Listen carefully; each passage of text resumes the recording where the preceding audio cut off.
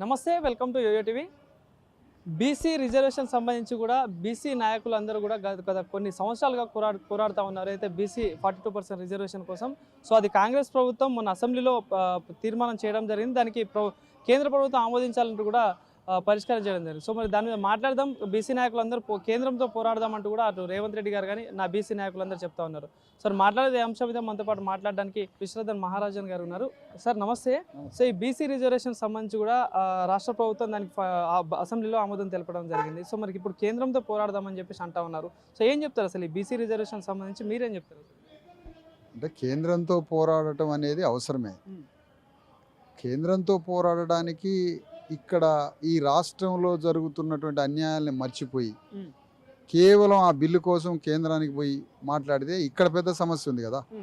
తెలంగాణలో ఇక్కడ రాజ్యంలో రాజకీయ ప్రాతినిధ్యం ఏంటి, ఇక్కడ బడ్జెట్లో ప్రాతినిధ్యం ఏంటి, ఇక్కడ సంపదలో భూమిలో ఇక్కడ 80% మంది ప్రజలకి తెలంగాణలో వీళ్ళ వాటా ఏంటో మాట్లాడాలి కదా. అది మర్చిపోయి మొత్తం కట్టకట్టుకొని ఢిల్లీ పోతే మరి ఇక్కడ దొంగతనం జరుగుతూ ఉంటుందిగా. నాయకులంతా ఆడిపోయినారు.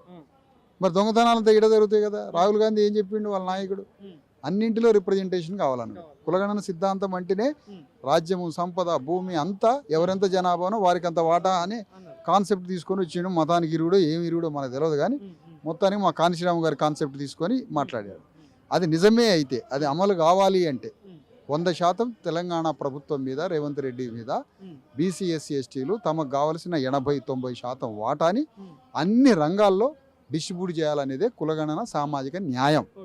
దాని మీద యుద్ధం ఉంటుంది. బీసీ బిల్లు కోసం పోయేటోళ్ళు వాళ్ళు వేరే ఢిల్లీ, అది వాళ్ళ గొప్ప చెబుతాం. నా పోరాటం మాత్రం ఇక్కడే.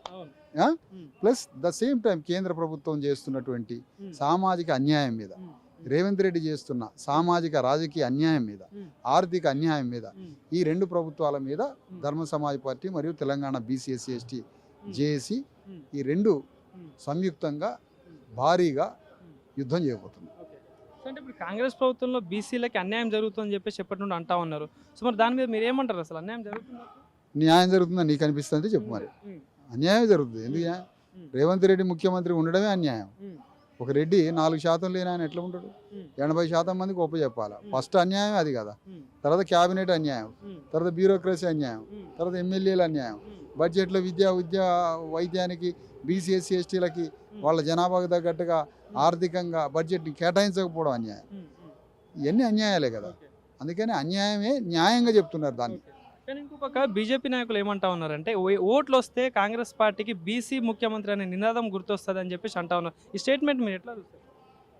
కాంగ్రెస్ అంటుందా? బీజేపీ ఏమని? అంటే ఎలక్షన్స్ రాగానే కాంగ్రెస్ నాయకులకి బీసీ నినాదం గుర్తొస్తుంది, బీసీ ముఖ్యమంత్రి గుర్తొస్తారని చెప్పేసి ఎన్నికల కోసం బీసీ ముఖ్యమంత్రి అంటే వాళ్ళు కానీ వీళ్ళు కానీ బీసీలను ఎలక్షన్ టైంలోనే వాడుకోవడానికి ఎట్లా చూస్తారంట? అదే ఇవన్నీ బోగస్ మాటలు, బోగస్ వ్యవహారాలు. ఇవన్నీ కాంగ్రెస్ అయినా లేదంటే బీజేపీ అయినా బీఆర్ఎస్ అయినా అసలు వీళ్ళకి ఇది డెమోక్రసీ, ఇది కాన్స్టిట్యూషన్. వీళ్ళ పార్టీలకి అగ్రకులాల యజమానులకు ఎట్లుంటారు అదే ఫస్ట్ రాంగ్ కదా. ముందు మీ యాజమాన్యం నుంచి, మీ పార్టీ నుంచి బయటకు రావాలి. ఈ అణగారిన వర్గాలకి రాజ్యాన్ని, పార్టీలను ఉపజెప్పాలి.